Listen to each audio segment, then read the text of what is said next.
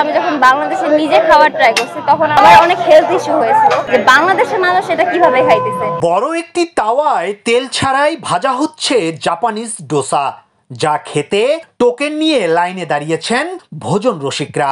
কেউ কেউ নামমাত্র মূল্যে জাপানিজ এই ডোসা খেয়ে তৃপ্তির ঢেকুর তুলছেন, আবার ঘন্টার পর ঘন্টা লাইনে দাঁড়িয়েও খাবার না পেয়ে অনেকে নিরাশ হয়ে ফিরছেন।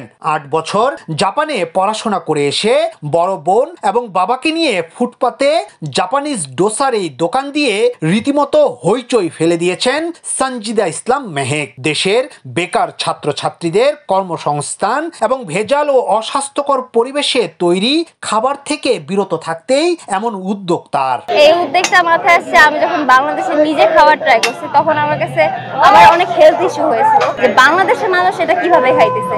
এখানে খাবার হাইজিনিকটা অনেক কিছু ধুলাবালি সব মিলিয়ে, তো এই ব্যাপারটা আমি পাপার সাথে ডিসকাস করছি যে এটা নিয়ে আমাদের কি করা যায়, দেশকে একটু উন্নত করার জন্য, খাবার একটু ভালো খাওয়ার জন্য আমরা কি করতে পারি। তো পাপা সবকিছু মিলানোর পরে যখন আমরা দেখছি যে এটা করলে বেটার হয় স্টুডেন্টসদের জন্য, তখন আমরা আর কি এই উদ্যোগটা নেওয়া হয়। রাজধানীর যাত্রাবাড়ির শহীদ ফারুক রোডের বাটা শোরুমের সামনের ফুটপাতে মেহেকের ছোট্ট ফাস্টফুডের দোকান।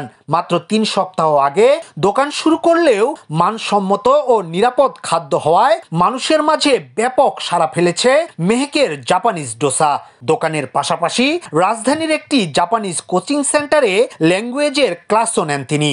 শুধু চান তাকে দেখে দেশের শিক্ষার্থীরা বাসায় বসে না থেকে পড়াশোনার পাশাপাশি কিছু একটা করুক। ভবিষ্যৎ পরিকল্পনা হচ্ছে গিয়ে আমাদের যে উদ্যোগটা এটা পুরো বাংলাদেশে ছড়িয়ে যাবে, আর বাংলাদেশের কোনো স্টুডেন্ট পড়াশোনার সাথে সাথে কিছু একটা করবে, এরকম বাসায় বসে থাকতে হবে না। কারণ যারা নিজেরা কিছু করতে যাচ্ছে ওরা যাতে আমার থেকে ইন্সপায়ার হতে পারে, তো এটার জন্য আমি চেষ্টা করতেছি। ফাস্টফুডের দোকানের পাশাপাশি তরুণ তরুণীদের এমন দোকান দেওয়ার প্রশিক্ষণও দেন মেহেক ও তার বাবা। প্রতিদিন ৫ থেকে ৭ জন প্রশিক্ষণ নেন তাদের কাছে। মেয়ের কাজে সহযোগিতা করতে পেরে গর্বিত মেহেকের বাবা ও বড় বোন। ভালো লাগছে বলে তো আমি সাপোর্ট করছি, তাদের সাথে আছে, পাশে আছি, এবং আমি প্রাউড ফিল করি যে আমার বাচ্চারা তাদের এডুকেশনের সাথে এরা এই মডার্ন হয়ে মানে এই যুগে তারা এই ধরনের সিদ্ধান্ত নিতে পারছে। ও এখানে এসে দেখলে যে এখানে নিরাপদ খাদ্য ব্যবস্থা খুবই বাজে, ও অসুস্থ হয়ে পড়ছে, ও খেতে পারতেছে না, ওর মাথায় এগুলো আসছে। আপনারা আপনাদের সন্তানদের পাশে দাঁড়ান, তাদের ইচ্ছাগুলো শুনুন, আপনাদের পার্সোনাল ইচ্ছাগুলো চাপায় দেওয়ার কোনো দরকার নাই। জাপানে কিন্তু স্ট্রিট ফুড পাওয়া যায়, কিন্তু অনেক বেশি হেলদি আর নিরাপদ, কিন্তু বাংলাদেশের স্ট্রিট ফুডগুলো সেরকম না, সেটা ও খেতে গিয়েই অসুস্থ হয়ে যায়। তো ও তখন পাপাকে বলে যে জাগো মানুষ থেকে তোমাদের একটা সংগঠন তো আছেই, এর মাধ্যমে আমরা কেন না নিরাপদ খাদ্য ব্যবস্থা আবার শুরু করি। যে আমার বোনের উদ্যোগ ছিল, এই উদ্যোগটা আমার বোনের। স্টুডেন্টসরা মানে বেকার না থেকে তারাও হচ্ছে নিজেদের কাজগুলো করুক, কিছু টাকা উপার্জন করুক, তারাও মানে একটা হেলদি লাইফ লিড করুক, এটাই চাই। মেহেকের সুস্বাদু জাপানিজ ডোসা খেতে দূর দূরান্ত থেকে ছুটে আসে ভোজন রসিকরা।